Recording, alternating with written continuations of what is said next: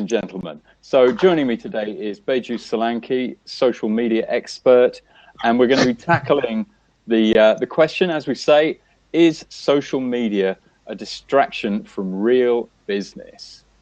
Mm-hmm. So I think rather than me give my thoughts on that, and I certainly do have some, I'm going to pass the baton right over to Beju, who I'm sure has been thinking deeply about this.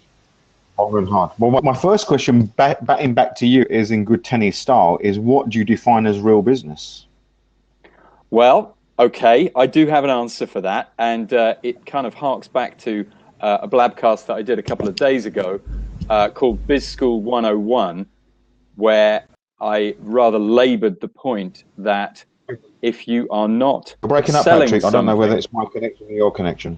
Oh, are you still there?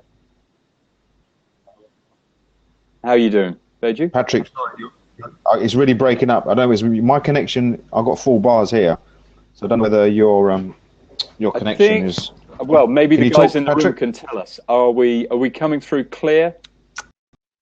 Emilio and Craig, Beju is breaking up. Okay, so are you able to? I'm breaking up. Oh, that's what you're Craig breaking says. up. Yeah. Okay. Well, you're breaking up. Obviously, I can hear myself because I can hear myself. Yeah. But are you on an iPhone or are you on? Talk now, Patrick.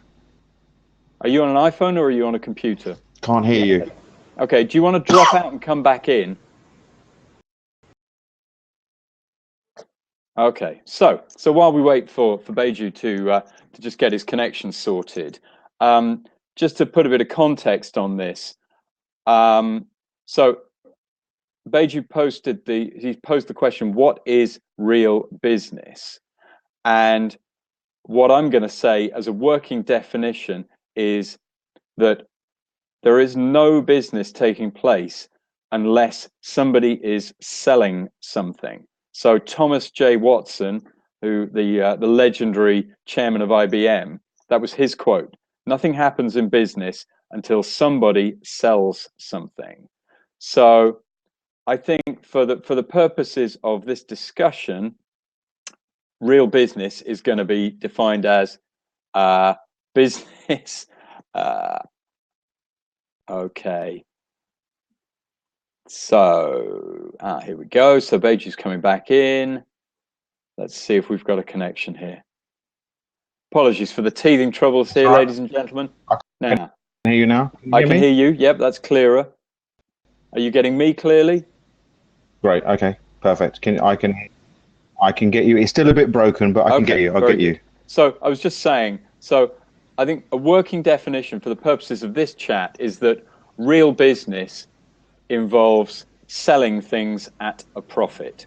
So whatever else your business is up to, any other activities, ultimately business is about selling either a service or a good or a combination of goods and services at a profit. That is to say, selling something for more than it costs you to have that thing in the first place.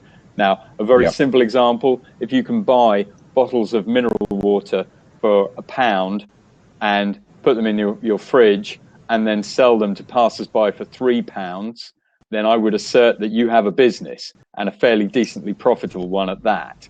On the other hand, if you if you do a load of social media, get lots of followers, something that somebody described as vanity metrics. Let's say you've got 100,000 Twitter followers, but you never sell anybody anything, then I'm going to assert that you are not in business. You're in something else. You're in ego massage or something like that. So real business, in my opinion, is somebody selling something at a profit. Is that a good working definition? Are you happy with that? So I would, that's good. I agree with that. I think it's all about selling because, like you say, you can have the best processes and the infrastructure, people, ideas, but if a transaction is not taking place, then there's no business. So I agree with that. So the question here is social a distraction from business? The first thing to ask yourself is what role does social play in your business? So you could say, okay, the telephone was first when it was invented as a communication tool. And then very quickly people understood that you could use the telephone to make connections and generate business, whether that's to make an appointment, actually do the pitch and cold calling. So is telephone a distraction? Well, it is if the things that you're saying on the telephone aren't leading towards some sort of business transaction. But we all know I think I'm still here. I've lost you, Patrick. I lost you. I'll carry on talking. But we all know there are certain activities that we need to do that in isolation might not look like it's going to get you actual business. However, they're imperative to get to the point where you are able to make a transaction. So social is a distraction if you don't have a strategy to use it where the outcome you're looking for is the opportunity to have to create business, not necessarily to do business. So when people say, Twitter's really good for me because I can get lots of business from Twitter, what I hear is you're using Twitter to create connections and relationships that maximize the opportunity for an interaction to take place. Now, if you're selling something that's completely online, then it's about getting the person that you're interacting with comfortable enough to buy your product. Or if you haven't got an online offering, but it's mainly something whereby whether it's a service or a product, it's using social efficiently enough whereby you meet the person or you have a one-to-one interaction that leads to the sale. So it's a distraction if you don't have a strategy around it. It's like telephone cold call. Now, I used to be a sales director, used to, proper old school sales. And, we were targeting universities. And if we didn't have a strategy, we're going to call all the heads of departments for engineering today, and we're going to tell them about this campaign we're doing to recruit engineering students, and then make the calls accordingly. If that wasn't if we're just like ringing someone up just to say, are you a university professor that wants more students without any plan around it, that could be a wasted call. But the call, the action's still the same, but you've got a strategy behind it. So with social, the reason noise happens is, yes, is there anything, when you see someone that's got a number of followers, high followers, the immediate thing is to think, wow, they must be popular. And they must be popular. However, it's becoming more and more evident that the assumption that they must be doing business is not necessarily the case. So social media is a distraction if you don't have a strategy around it that is part of your overall strategy in terms of how you run business. If you're doing social because you feel fear of missing out, I think I've got to do it. I've got 5 minutes. I'll tap into it. Then it's always going to be more of a distraction than the number of businesses I speak to who haven't necessarily embraced social. Their default response to not doing it is, I haven't got time. Well, have you got time to go to a networking meeting, spend 5 hours of your day, by the time you travel, go for the 2 hours networking, come back with the hope of maybe getting a couple of connections? Whereas if you worked strategically, you could do quite a massive amount of inroads on social in 1 hour. Yeah, interesting. So got a comment here. Leanne says everything is a distraction. Yeah, it is. Everything is a distraction if it doesn't serve your purpose. Would you say family is a distraction? Well, at the wrong time, it could be. But distraction is taking you away from something that you really want to do.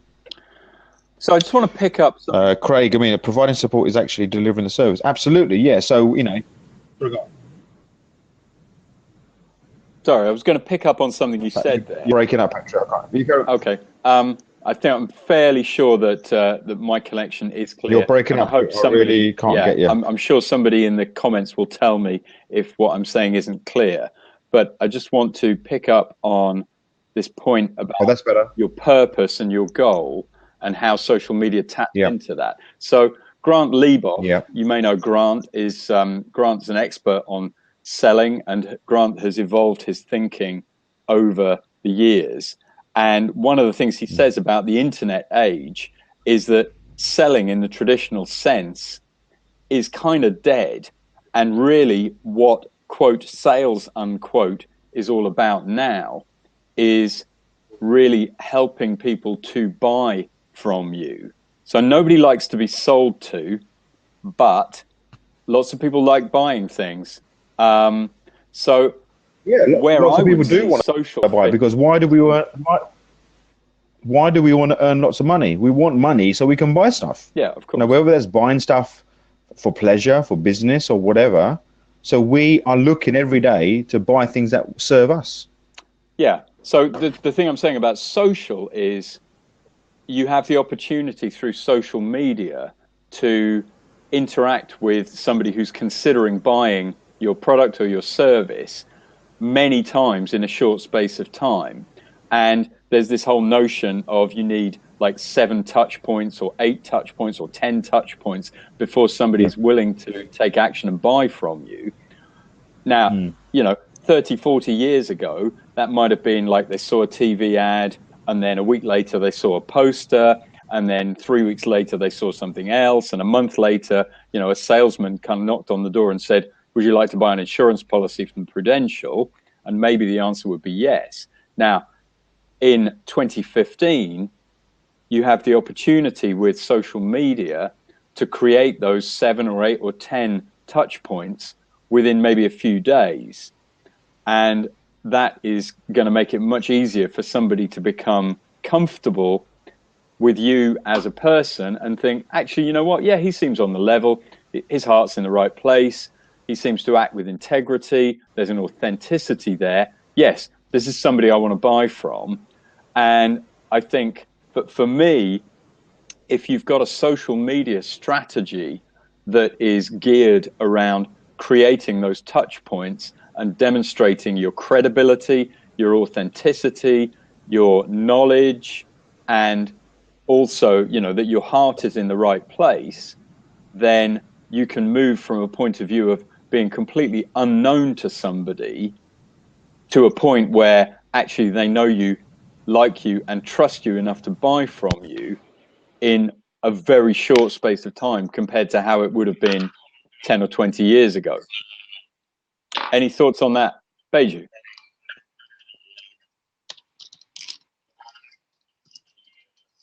Have we lost you? Have we lost your connection?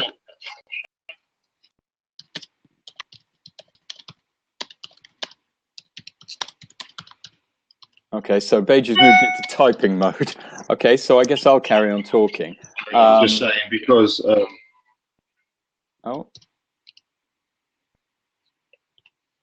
okay. So I think I get the gist of what you're saying. Right. I think that's down to your connection more to mine. Just looking at the comments, I get the gist of what you're saying. I'm fairly coming through clear for other people. So do you have any way of maybe, I don't know, stepping outside and switching on to 4G with your phone or something like that? I've got full bars here. I've got a full, my router's right in this room. Okay. I've got full bar, and that's better. I can hear you now better. Don't know what happened. Maybe there's a so I get the gist. Right. Am I breaking up? It's a little. I'm getting a bit of lag and a bit of breakup on the video, but go for it. So if you got the gist of what I'm saying, do you have any thoughts on that?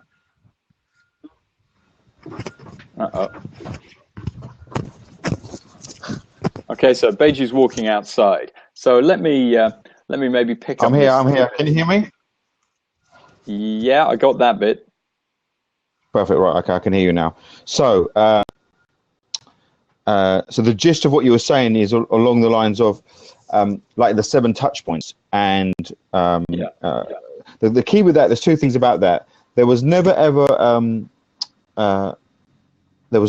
any issue conversation around how the distance between those 7 points. It didn't have to take place for 1 week or 2 to 2 months. And like you say, through social, you're able to create those touch points in a fairly short space of time if you get your messaging right. The key to that also is the person receiving the touch points aren't conscious that, oh, they've touched me twice, they've touched me 3 times. All they're conscious of is that the more they're seeing this individual stuff, the more they can relate to them and the more they like it. And then it's about you as the business to find the most opportune time to present the offering, where that person feels it's either a no-brainer or they feel completely comfortable that they want to buy it. So it doesn't come too early in the process or too late. And part of my teachings on social media is to get to people who, especially those who are starting, is to build your presence on social before you even enter a conversation about buy my thing or buy my stuff. It's all about getting them to believe and seeing you as they want you to see you. So when you present something, that individual doesn't even believe they're being sold to. They just think, wow, I'm going to get more stuff, more expertise, more insights from the person I'm already respecting. But if you do that thinking, well, I just do that ad hoc, it's going to be really hard, and you're gonna feel, well, no one's listening to me, because that's without a strategy. One thing that here Celeste said, would that mean from an employee perspective, I must create e-learning courses to sell? Social selling isn't really part of what I do. Well, I think it is, because for you to create the courses, you've got to understand what the trigger points are from the audience. And to be honest, you're able to put better courses together if that's your domain.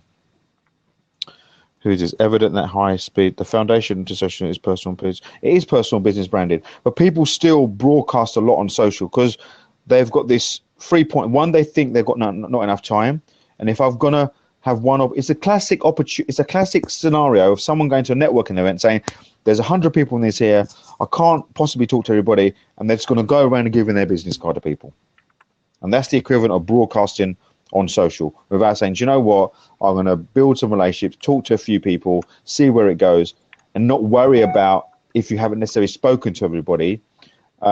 It's better to go sort of deep and few with in a group as opposed to broad and scattered. Did you get all that, Patrick? Yeah. And I think I agree. And just to speak briefly to what Craig said, once upon a time, about 1 million years ago, I worked for Pricewaterhouse Consultants, and we got a lot of good training. And one particular bit that sticks in my mind was we did get trained about selling, and what the partner who stood up said, there's a sequence, and what you're always selling first is yourself. You said that you sell yourself, you sell the firm, i.e. you sell Pricewaterhouse, and only after those two things do you sell anything specific, like a service or some product offering, or a purchasing audit or something like that. Yeah. But no, very much what you're selling is yourself and the firm. So taking that framework, how would maybe a solo entrepreneur use social to start selling, do you think? Selling yourself, selling the firm, and then everything else. What would you need to be seeing happening on social, Patrick, that framework, if they were to use that framework? Well, I think it's very interesting that you asked that question, and we are talking on Blab, which I think is going to be hugely important for this. Mm-hmm. See, I think the first thing that anybody needs to sell is their own authenticity, their integrity, their trustworthiness.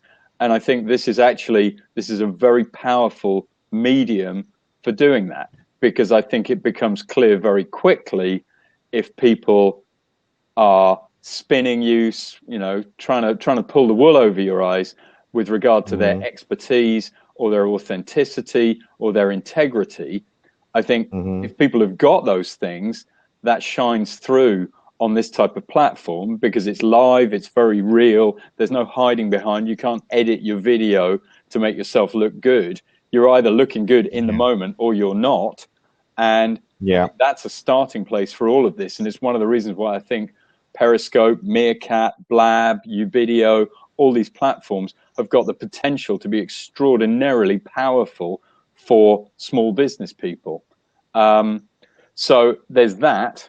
I think it's also a very powerful way of demonstrating your expertise live and in real time, is be interviewed about your area of interest or your area of expertise. Get in a chat with somebody who's also an expert on your thing. And again, it's going to be pretty obvious pretty quickly whether you know your stuff. And if you do, absolutely. and it's in an area that people are interested in, then they're going to be ringing you up straight away and going, you know what, you sound like you are talking my language. You can help me with a problem I've got right now. What's your rate? I can imagine, if it's something that's pertinent for somebody. So again, it's all about making it easy for people to buy from you. It's not about going out there and trying to ram something down somebody's throat. It's much more about saying, okay, if you need me, I'm here. These are the areas that I work in. These are the problems that I help solve for my clients. And, if you see yourself in that, let's talk, because maybe I can help you to solve your problem, Mr. Business Person. I agree wholeheartedly. The other thing to note is there's a perception that everybody's doing this now. That everybody knows about Blab, Periscope, Meerkat, even that a lot of people are using social. We're not, if you think of a clock face, someone said to me, if you think of a clock face, 24-hour clock face, we're around 1:15 in the morning in terms of where social is going. So we've not even touched the surface. We're talking on Blab here, which it's in beta. It's only been weeks or a couple of months that it's been there, and we're talking as if like we're way behind the 8 ball in terms of how we use social. We're just learning this thing. We're just learning it completely, and the level of social interaction is so immediate and so short. Like, I don't know where you're based, Patrick. Where are you based? In Reading in Berkshire. Where are you? Patrick, where are you? Reading. Reading. I'm going to type it. Reading. And this is and can we be open and tell people this is the first time we've actually spoken? We've had Twitter chats, we've had WhatsApp chats, correct? Yes. That's right. But the power of social has given Patrick the confidence and me to get on here to talk about what we believe in relation to social, and be confident enough that we trust each other, that when we get on here, we're going to produce something that's going to be valuable for the people watching. That's right. Yeah. No, I think that's unbelievable. Patrick, I didn't know you a month ago. You didn't know me. That's right. And yeah. Through a few tweets, through a couple of interactions, we both felt, you know what, there's enough integrity, there's enough talent, there's enough validity in what that other person's saying, that we're going to video call that anybody in the world can watch. I don't know about you, but that blows me away. I'm constantly blown away by the possibilities of this medium. I mean, yeah. I've said it before on pretty much every blab I've been in the last week or so since I discovered this amazing platform. I think that the best way I've found to describe what Blab is Blab is a TV station with an unlimited number of channels, and anybody who wants to, who's got a community of interest, can set themselves up as a talk show host for that community. So, for example, I'm passionate about the Fender Stratocaster guitar, so I can see myself hosting like Blab chats about the Fender Strat. And because it's so tightly integrated with Twitter, I can tweet out, talking now about #Fender Strat with Todd Krause. So Todd Krause is a master builder who works for Fender, and he is like one of the gods. If you're into Fender Strats, there are these 3 or 4 guys who are Fender's master builders. They're building guitars for Eric Clapton, for Eric Johnson, for Jeff Beck. So the chance to see me chatting to Todd Krause, for somebody who's into the Fender Strat guitar, they're going to be there like a shot. And I was on a blab earlier on talking about, if you think about how TV is consumed now, hardly anybody watches live. You know, they've all got their Replay TV or their Sky Plus box, and they've set it to do series record on Game of Thrones or something. You know, you're sitting next to them, really. You're just the same. You know, Netflix, YouTube, BBC, ITV, ABC, Blab.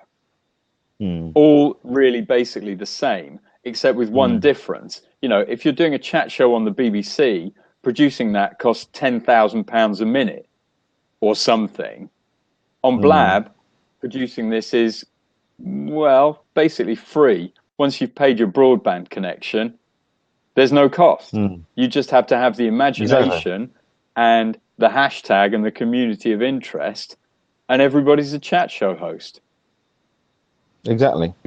And it's and people are very conscious of the quality in terms of a production might not be there. However, people really want to see your flesh. They want to see, not hiding behind some really fancied ebook or some sales page or some graphics on a website. They want to see the stuff coming out of your mouth. They want to see what the color of your skin is. They want to see the intent you're saying. And when you've got that, the impact it has in terms of when they look at your stuff later on. Because what you don't know is what people are doing when you're not on social. They're looking at your stuff. You know, we are present literally 24 hours a day. It's, you know, when we switch off, if you like, all of a sudden I've just stumbled across this link on your Twitter page as a very young ultra starting out. Fantastic. Well, welcome. I'm glad you've seen my. Someone's seeing my Twitter. Patrick, happy. There you go. This stuff works. Who knew? Working. But now, I don't know whether I've met this individual before, but fantastic. The fact that he's starting off and they're willing to learn. Entrepreneurship is willing to learn, which is a project that I'm working on another thing. But going back to the question is, should the question really be, is it a distraction, or how can you use social to accelerate growth in business and give people the insights around that? Because even when you say, well, social is an enabler and builds relationships, there's a whole host of people out there who still don't necessarily embrace social, that are going to come up with the same excuses. But so what? I'm going to send a couple of tweets out and then I get someone ringing me. I'm going to do a couple of blog posts, because we know social is a long tail. It's a long tail business, and it's consistency, because anybody can be really great web famous for a few minutes, but it's consistency, is making sure that you blog every day, you do things every day. And people have got this consumed society whereby if the thing I'm not doing is not directly or 1 degree away from getting me the sale, then it's a waste of time. Like writing a blog post is 5 or 6 degrees away from getting the sale. People comment, people see what else you've got, people then come and see your other stuff. People comment on you, people disagree with you, people agree with you, and then they see how you respond to those comments. Then you present something, and then they say yes to you, then they say no to you, and then the sale might happen. So people are looking for a quick fix. They don't see social as a 1 degree away from the sale. They see it as 5, 6, 7 degrees away, and that's why they're resistant to embrace it. And those who do, we might not necessarily see the impact now, but in 2-3 years' time, when hopefully we've got a presence on social, we will stand out. Good morning from Tuscany. It's a marathon, not a sprint. Well, what I'll say to you, someone said this really good analogy to me the other day, right? It is a sprint. I'll explain what sprint is, because in order for you to be the best sprinter, the prep and the amount of hours of work you've got to put in is enormous. Right? When you're running a marathon, you're on the court all the time. When you're running a sprint, there's a period of time whereby you're performing. And that's like social. So if you sharpen your sword when you're off social, when you're on social, you're doing some really good stuff. So I agree what you're saying. It's a marathon in terms of the long tail, but don't disregard being a sprint doesn't mean short, no preparation, quick, not listening. A sprint means as much preparation as a marathon. Just thought I'd throw that in there. Yeah, I'm going to pick up on the question that we've been asked, which is social media a future bubble? and I'm going to give you my off-the-cuff answer to that, which is almost certainly yes. But it's a yes, but. So I'm sure there will be a bubble in social media. There will probably be a bubble in social streaming. So apps like Periscope and Meerkat and Blab and Uvideo, and I'm sure there will be many others. And yes, there will probably be a future bubble as all the venture capitalists and angel investors pile into this.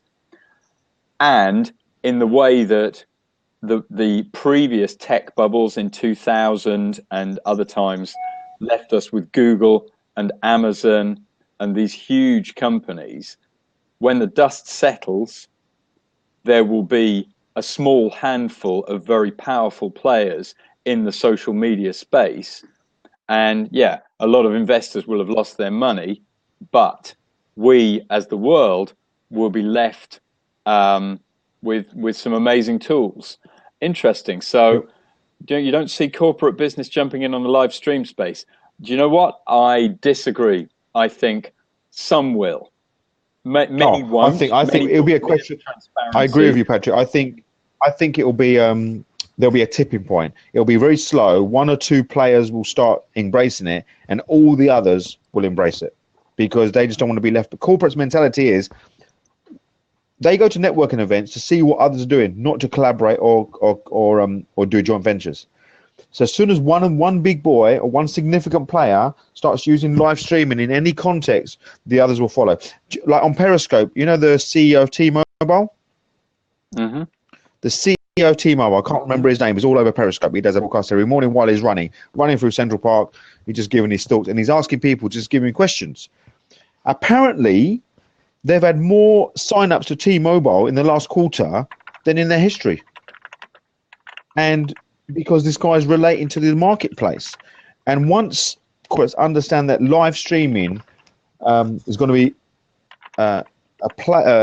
significant in terms of how they relate to their customer base, it's like the Pandora's box. Once it's opened, bang. But when that will be is anybody's guess. Interesting. So G Plus is one of the... Someone said about G Plus. G Plus, you did it, Patrick. G Plus is... Google Plus is one of those things whereby it should have been the biggest player. It should have squashed everything because it had Google Hangouts, it had circles, it had conversational opportunities, but for whatever reason, it hasn't happened. How do we... just out of interest, on these comments, someone can put a question. How do you highlight as a question? You start it with you start it with /Q. It's got a question. Is it because if you put a question mark? Let me put that question with a question mark. You have to start it with /Q and then a space. Yeah. So Craig's got it. Say that again. / Q. Yeah. So I'm actually going to let Casa Chiesi from Italy join in for a little while, just to see how this goes. A little bit of fun and games. Oh, wow. Good morning. So, buongiorno. Hello, Casa. Hey, thanks. I'm in a shopping center. I'm not even in the middle of Tuscany. Wow, you sound. I think you sound clearer than us. Is that your name, Casa? No, that's basically a blog that me and my wife have. My name is Nazim, and I love the subject you guys are talking about because, touching the space of social media, I think it's a very important tool. But at the same time, I don't know. The feedback that I got from Patrick and also from Baiju is great because you're answering a couple of questions that I'm wondering about in regards to, we use a lot Periscope for doing screens. And we get a lot of users on the Twitter feed for our Italian scopes.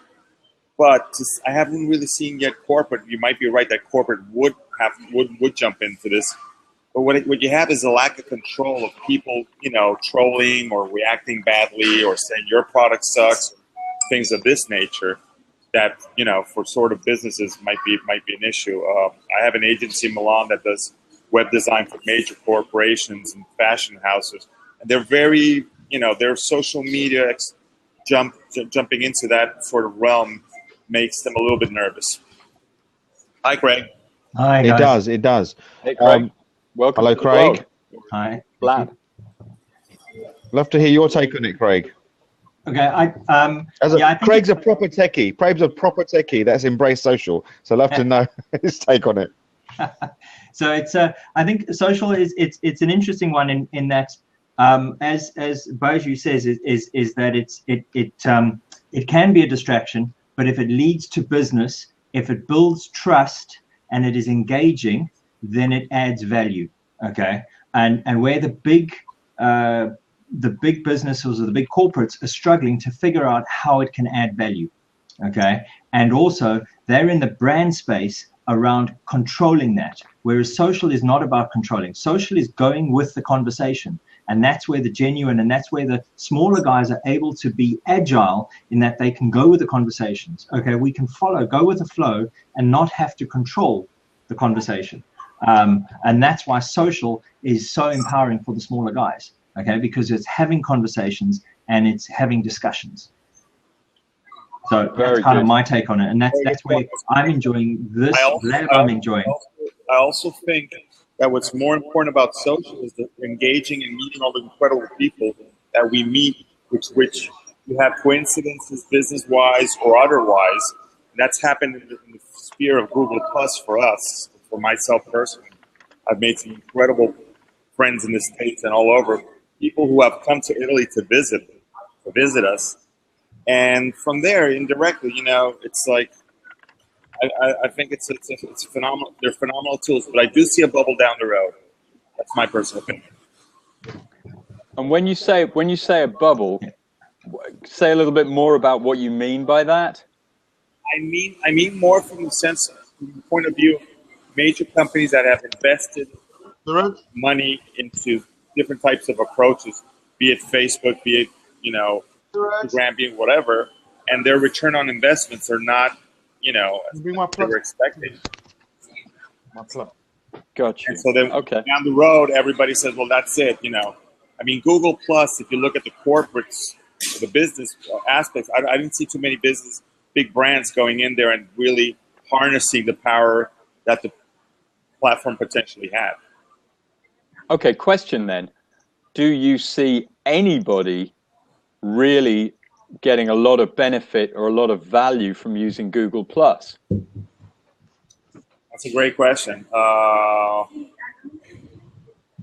don't, at this point now, I think that with all the bad press and everything, in our case, when I talk to clients in Milan, major companies, they're like, no, Google Plus is not for us, it's dead. There's an issue of trying to find a spokesperson that can do, Google Plus is not video, but Hangout video, things of that nature. Somebody that can really take the ball and become a spokesman for a company. Not too many good examples on that front. So I still love Google Plus, though. It's made me meet a lot of incredible people that now I'm seeing coming into the Blab atmosphere and stuff like that. So that's quite interesting. Don't you think Google Plus completely missed the boat, because with their infrastructure and the capabilities, like this should have been all over Blab, Google Hangouts. They've got their circles. In terms of the actual infrastructure, it has what you would want, but for whatever reason, it just didn't land. It just didn't land with social. People thought it was what's your the engineers inside Hangouts? They really would not listen to people's requests. And while here, there's in Blab, you can talk to the team. They come back and they take suggestions. It's a whole different environment, I think. Yeah, if I can add on that, I think in terms of the bubble, Google Plus is G Plus is a phenomenal, is the first major failure. Well, not major failure, but it is a phenomenal failure in terms of social media, because it was a big bet from Google. They put a lot into it. They put a huge amount into it, and it actually failed. And the reason, in my opinion, why it failed is because they weren't leading. They were following. They were trying to out Facebook. Okay. Right. And so they weren't leading, and everything they were doing. And if you're looking at your competitor, you're always going to be 2 steps behind him. Okay. And that's why Google Plus failed, in my opinion. And the problem with us and with corporates, with anybody investing in a strategy on social, where our risk is that if you built your entire social strategy around Google Plus, you're in trouble. Okay, or if you built your entire business around Google Plus, you're in trouble now. I think you're right about that. That's a very good point in the sense that if you build it on any social media platform that you do not own, I mean, the things that we own are the website and everything. That's where the center of everything should revolve around. Yeah. Totally agree in the sense that, you know, you build it on platforms. Who knows where Blab will be a year from now? It might just totally dissipate. Yeah. In the realm of social media, Facebook being the first to market, which always also makes a very big difference, and the base that they have a very good chance of, you know, going on and really becoming much more powerful than they already are. In Italy, the only thing that works in Italy from the point of view of social media is Facebook. Yeah. No, they don't. Everything else is very much secondary. G Plus was not even on the map. Yeah. I'm gonna have to step out, guys, because my mobile is gonna be my bill is gonna go off the roof if I. Gotcha. Thanks for joining us. Thank you. See you again. Thank you, Patrick, for inviting me in. Thanks. Pleasure. Thanks for joining us. Thank you. So, okay, so we've still got Craig. Beju is trying to dial in. So, anything you want to add to that, Craig? Yeah, right now. I think it's the key thing, and being involved on the tech side of things, and even on the startup business side of things with formulating social strategies. I think the danger is that it can be a distraction. From a business point of view, as Beju says, you have to have a strategy. With anything, you have to have a strategy. So you have to have an investment strategy, you have to have a maintenance strategy, you have to have a marketing strategy, and therefore you have to have a social strategy. That social strategy needs to be diversified. As I said, you can't focus entirely on one channel, and it needs to be measurable. So that was kind of one of the key things that we were talking about earlier, is that, or that I wanted to mention earlier, was that I think for it to be a business tool, it needs to be measurable. So in terms of how many sales, I think there's a lot of there's two things I will talk about in relation to that. Is there's so many people then abdicate responsibility for social and use an agencies as opposed to delegate, because it's their voice, and they're saying, do you know what? Okay, we get this. You know, we'll commission you to do 20 tweets, to blogs, retweet them out, but then there's no engagement. It's not, you know, I have no problem with scheduling. I have no problem with positioning stuff around social. However, you've got to be aware of that. And once that triggers some sort of engagement, some sort of comeback, you've got to be there ready, as opposed to some robot in the corner. And so a lot of people say, well, social means you have to be there all the time. I get that. However, a lot of people abdicate responsibility for social as opposed to delegating it. Absolutely, fully agree with that, and from our point of view, we're looking to use social as part of the culture of the business. So we're building a technology business or building a software platform. That needs to be part of the culture. Okay, so then you have it's built into the brand, it's built into the messaging, and so it's not even delegated to an agency because it's that important into the business. But if you've got a bricks and mortar, it is not something, because that lag from an agency it's too late. Okay, social is immediate, and if you're going through an agency, your response times are going to be too low. It's disconnected, and your metrics are different. So the agency is looking at different metrics from what the business would be. So the agency is saying, how many calls did we handle? What are our response times? All of that. Whereas the business should actually be saying, how did we engage? What more sales did we get? What comeback did we get? So I think Patrick, you do know we've got the CTO of Blab watching us. Yeah, if you look in your text box, you'll notice that I had noticed that. Yeah, so thanks for joining us, Furkan. Just rapping about, just rapping about social media in general. And we've talked, at times we've talked specifically about Blab. And we've got Patrick Kitchell also just joined us. Hey, Patrick, how you doing? So, yeah, I guess we're talking about, to wrap it up. is the CTO of Blab who's watching us. Yeah. Be great for you to join us. Yeah, do you want to jump in, Furkan? Okay, we've got 10 minutes. Do you see that, Patrick? Mm-hmm. Yeah. I see this. Read the comments. We've got. I'm all over it. Just about to Yeah. get to. Oh, join us for 2 minutes, please. We'd love to get your Just hop in. Just hop in. We'd like to get your brief take on whether you think Blab is a distraction to real business. Hey, Okay, give me a second. We'll jump. Marvelous. Wow, we're going to have the CTO of Blab on our stream. This is good. So just to recap, if Furkan, hopefully he's listening, I think Hope the general you're, gist of it is that I'll- social media is real business. He's obviously in the. What time is it in the States?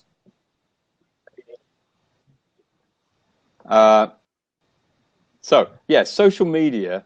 Is social media a distraction from real business? And the answer really, I think we've all concluded, is hang on. So sorry, Marcus. We're just waiting for Furkan, who is the Chief Technology Officer of Blab, to join us. So he's the only person who I'm going to accept. Sorry. Yeah. I know it's people would like to jump in. I think what we're saying is that if your social media activities are leading you towards a sale, then they're not a distraction. They're a core part of real business. So I think we started at real business happens when somebody sells something to somebody, and that what you can do with social media is you can create a series of touch points that allow a potential customer to become comfortable that they know you, they like you, and they trust you. And I think we've all agreed that you can do that much more quickly if you make use of social tools than if you don't, to put it simply. Yep. So Furkan, do you see anything about this? Anything you'd like to say?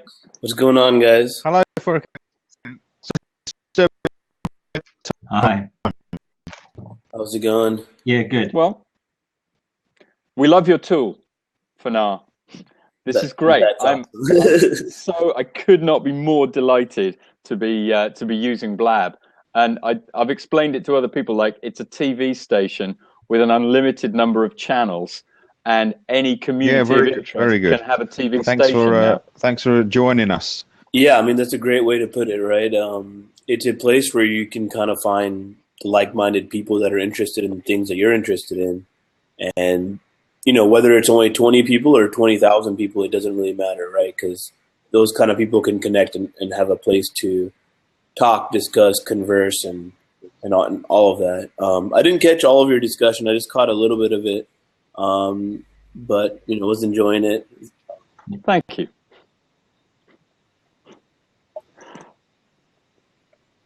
Oh, good. Thanks very much. Yeah, we've got Patrick to thank for that. Patrick contacted me 2 days ago and said, do you fancy doing it? This is my first Blab, by the way. I've seen a few broadcasts over the last few days, and he said, let's do a Blab around with a social media distraction. And Craig know each other very well, and Craig joined us as well. So from your point of view, the response has been amazing. What's the response been like? People come on, they find all different kinds of use for it. A lot of them we hadn't even thought of. I mean, our premise was kind of like what's going on here, which is like a panel discussion, conversation, a dialogue in real time with kind of a real audience live there. And then people have taken the use cases and just expanded on it. And so it's really cool. And, like for us, I like to be in the Blabs. First of all, it's entertaining. And second of all, it's just kind of like fun seeing it. It's a really good way for us to understand our users and a lot of I've built a lot of products in my lifetime, but I've never really had an ability to interact with all the users directly. And so I find it cool. In terms of social media being a distraction, definitely in our business, being on Blab makes it really hard to continue building Blab. So it's a huge distraction for us. But I've heard stories that they've been like Blabs have happened, and at some point during a Blab, somebody will say, it would be really cool if the platform could do this thing. And by the time they've finished the Blab, it's been fixed, like that feature's been added. So I think, what you've got is a very engaged community here who are going to be telling you in real time what doesn't work or what they'd like to see on the platform. And if you're willing to engage with that and respond to that, I would say your R&D cycles or your development cycles are going to be extremely short in comparison with any other business I've ever seen. Yeah. I mean, you're right. The feedback cycle is incredible. And, like some of the easy stuff you can get away with now and be very quick with and get an understanding of what people want. Obviously, like in the long run, there may be things that you can't do instantaneously. And, I think it's all like, for us, it's only been a short time since we got this started. So right now it's all about, getting to that right fit, getting the core loop down for the creators, getting the core loop down for the consumers and the viewers, making sure that the dynamic works well where, Patrick, you can come on and create this discussion, but 17 people are in here kind of listening in and commenting and interacting. And I think that's all extremely important to making this work. So where are you guys from? I'm in Reading. Go on. Reading in England, so just about 50 miles west of London. Nice. Yeah, I'm in southwest London. Cool. I live in Southend in Essex.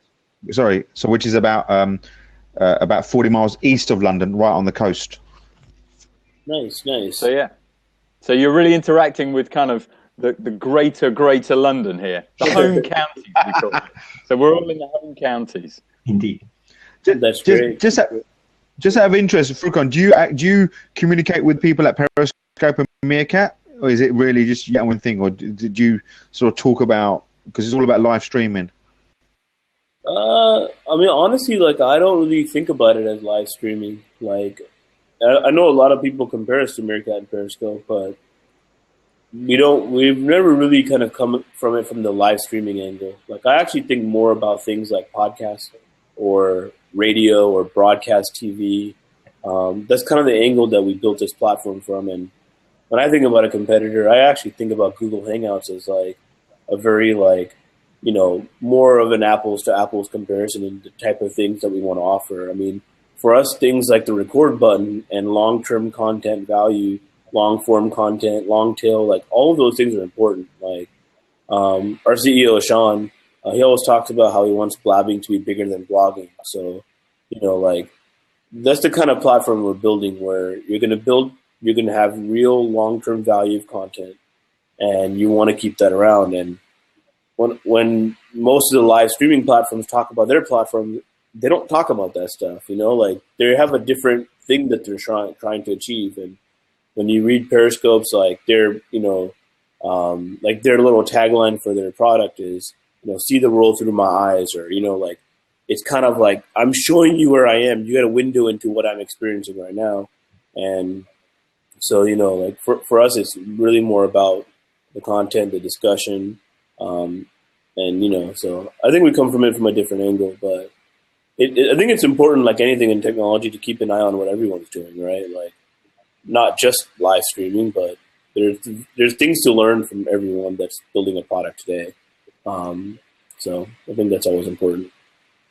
Yeah, I totally agree that, your competition, if you want to call it that, is like ABC or NBC or CBS or the BBC.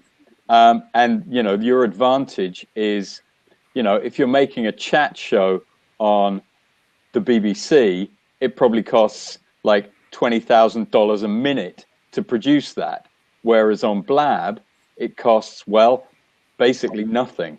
As long as you've got a PC or an iPhone or something, and you've got a broadband connection, and you've got some imagination and a hashtag, you're good to go. Yeah. And that means you've got an amazing democratization of television right here and now. Yeah. And it's interesting, right? Because like when you say that to people, people are like, no, it doesn't make sense. And parts of it don't, where like the production quality is different, right? Like what you're getting in the end is a very different experience. Yes. But like in the same way that like a journalist who uses Twitter, they're not replacing their articles, right? Like they're not like not doing that. but Yep. it complements it very well. And what this ends up doing is you end up giving that same voice, that same opinion, that same opportunity to anyone.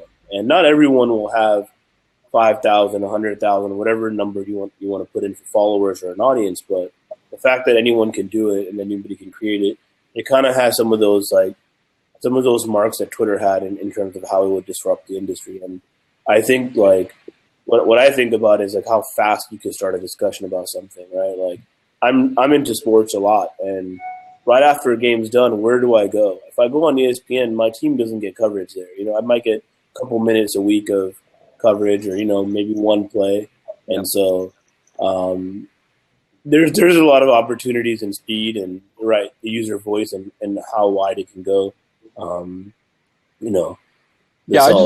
I want to draw attention to something that Craig said in the comments about 35 or 40 minutes ago, which I think is very pertinent to this, which is that authenticity trumps production values.